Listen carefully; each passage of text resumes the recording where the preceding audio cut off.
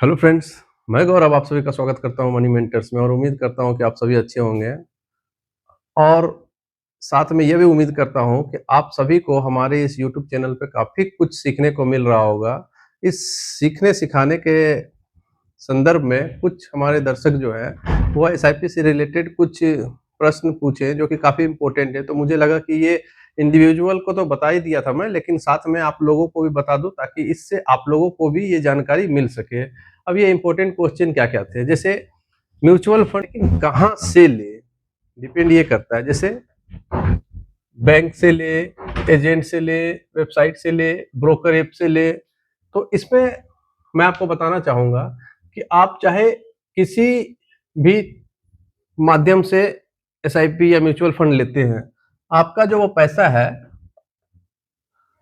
वो एएमसी में ही इन्वेस्ट होता है, ठीक है? अब ये एएमसी क्या है? Asset management company. तो एसेट्स मैनेजमेंट कंपनी क्या है? तो फंड हाउस भी कहते हैं, ठीक है? इसको फंड हाउस भी कहते हैं, ओके? अब ये क्या है? जैसे ये एसबीआई, एचडीएफसी, निप्पॉन, पराग पारिक या मोतीलाल ओसवाल कई सारे एएमसी है, ठीक? इसमें क्या है?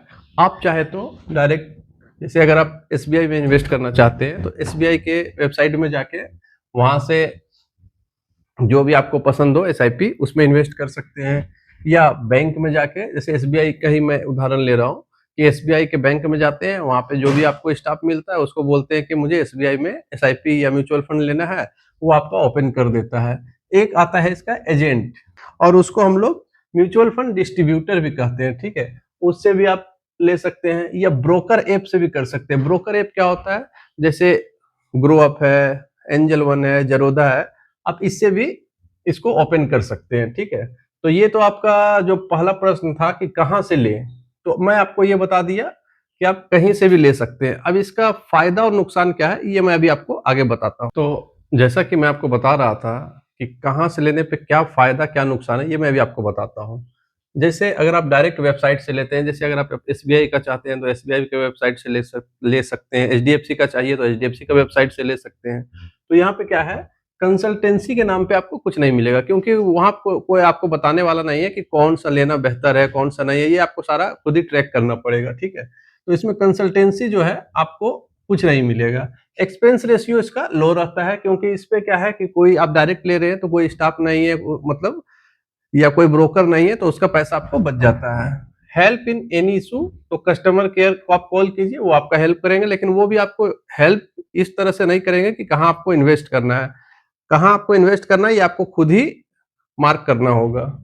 अच्छा, प्लान ये आपको डायरेक्ट देते हैं। अब ये डायरेक्ट क्या है और ये रेगुलर क्या है, ये मैं कई वीडियो में बताया हूँ, लेकिन फिर भी मैं आपको काफ़ी ब्रीफली ये बता दूँगा।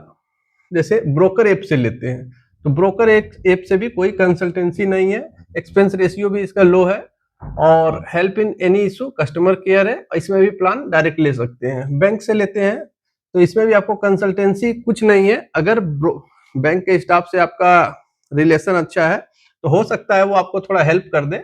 नया आदमी वहाँ पे गया और बैंक के स्टाफ को बोला कि मुझे एसआईपी करना है, तो इसलिए इसको कंसल्टेंसी के नाम पे कोई फैसिलिटी नहीं दिया जाएगा। एक्सपेंस रेशियो इसका हाई भी हो सकता है, लो भी हो सकता है। अब ये हाई और लो दोनों कैसे हो सकता है, मैं अभी आपको बताऊँगा।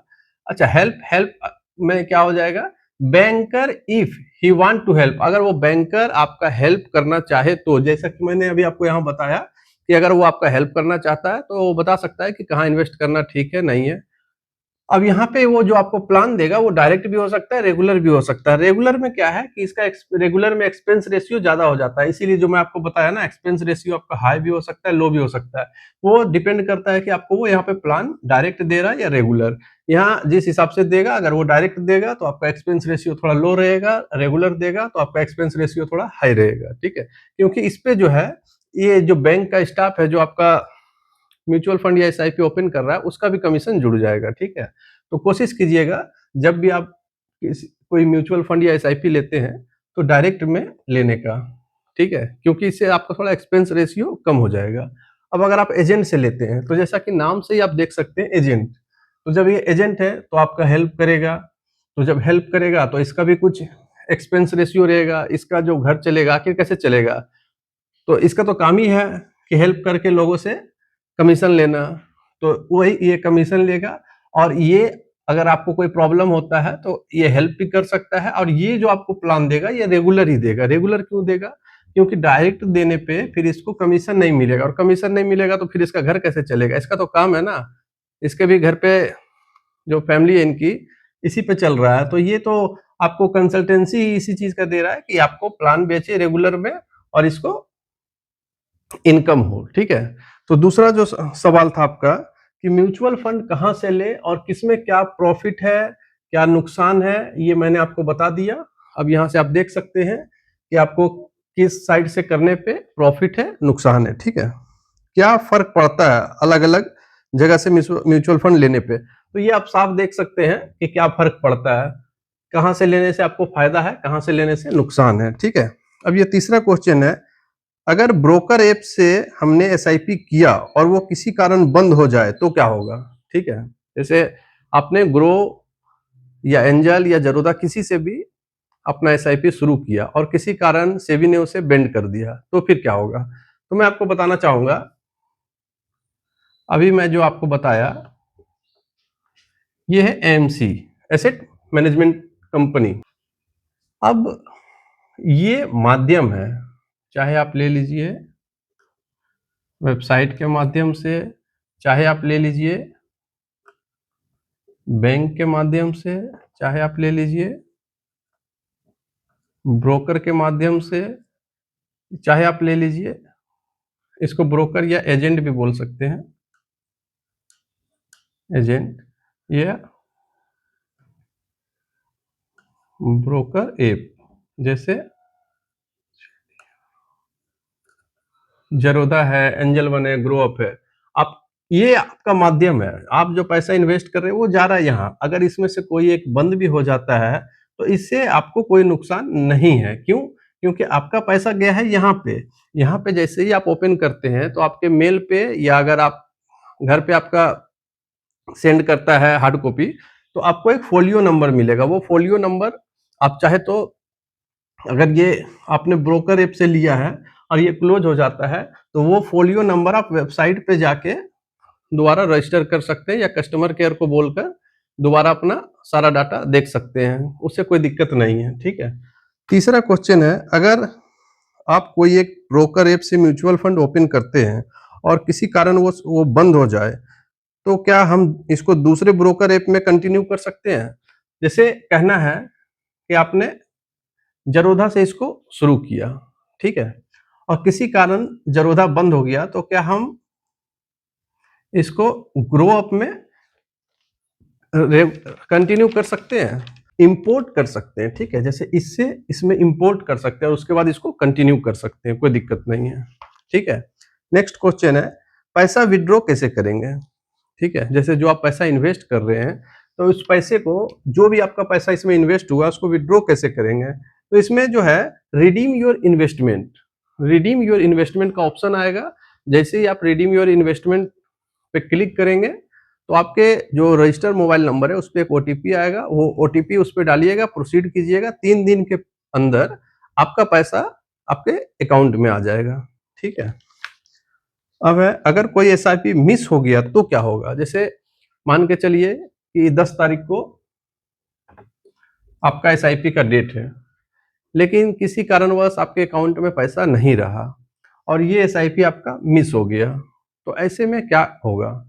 तो ऐसे में क्या होगा कि एक एसआईपी मिस होने पे तो कोई दिक्कत नहीं है, शायद कुछ चार्जेस वगैरह लेके वो कंटिन्यू हो जाता है। लेकिन अगर रेगुलर 2-3 एसआईपी मिस हो जाता है आपका मंथ का, तो इस पे क्या है कि वो आपके एसआईपी को पॉज कर देते हैं, रोक देते हैं। फिर आपको कंटिन्यू करने के लिए कस्टमर केयर या बैंक में जाके इसको रेगुलर कराना होगा। ठीक है। अब है, सबसे अच्छा ऐप कौन सा है म्यूचुअल फंड लेने के लिए? तो सबसे अच्छा प्लेटफॉर्म कौन सा है म्यूचुअल फंड लेने के लिए? तो यहाँ पे मैं लिखा हूं एक्टिव क्लाइंट। पहला में है जरोधा, सॉरी ग्रो अप, दूसरा में जरोधा और तीसरा में एंजल वन। तो आप चाहे तो इन तीनों में से किसी से भी ले सकते हैं। अब ये आप बोलिएगा कि इसे पहले में क्यों रखा, दूसरे में, तीसरे में? तो एक्टिव क्लाइंट के हिसाब से मैंने इसको सीनियरिटी दिया। एक्टिव क्लाइंट क्या होता है कि सबसे ज्यादा एक्टिव क्लाइंट मतलब सबसे ज्यादा इन चीज़ों में इन्वेस्ट करने में ये जो ब्रोकर ऐप में कौन है, तो सबसे ज़्यादा ब्रोकर ऐप में एक्टिव क्लाइंट इनके पास है, इसलिए मैंने इनको 1 नंबर पे रखा है, ज़रोदा को 2 पे और एंजल वन को 3 नंबर पे रखा है, ठीक है। अब नेक्स्ट क्वेश्चन है, म्यूचुअल फंड लेते समय क्या-क्या ध्यान रखने वाली बातें हैं? तो इस पे मैं कई सारा वीडियो बना रखा हूँ, आप चाहे तो उसे भी देख सकते हैं, लेकिन मैं आपको यहाँ पे बता देता हूँ कि म्यूचुअल फंड लेते समय सबसे पहले तो उसका ट्रैक रिकॉर्ड आपको देखना ही है कि इसका हिस्ट्री कैसा है, इसका फ्यूचर कैसा हो सकता है, कैसा परफॉर्मेंस है, ठीक है। दूसरा एक्सपेंस रेशियो कितना है उसका, अगर वो 1 से नीचे है तो बेस्ट है, ठीक है। और सबसे बड़ी बात है कि डायरेक्ट और रेगुलर, क्योंकि अगर आप डायरेक्ट ले रहे हैं तो ऑटोमेटिक है कि रेगुलर अगर कोई ले रहा है तो उससे आपका एक्सपेंस रेशियो कम ही रहेगा, ठीक है। तो कोशिश कीजिए डायरेक्ट लीजिए जिससे आपका एक्सपेंस रेशियो भी कम हो, उसका ग्रोथ देखिए और ध्यान दीजिएगा कि कोई सेक्टोरियल फंड में इन्वेस्ट ना करें अगर आप नए हैं तो, क्योंकि आपको पता नहीं चलेगा कि वो सेक्टर कब ग्रो कर रहा है, कब लॉस में आ रहा है, हो सकता है जब वो बूम पे हो उसी समय आप उसको परचेज कर रहे हो, ठीक है। और उम्मीद करता हूँ आपको ये काफ़ी अच्छे से समझ में आया होगा। धन्यवाद।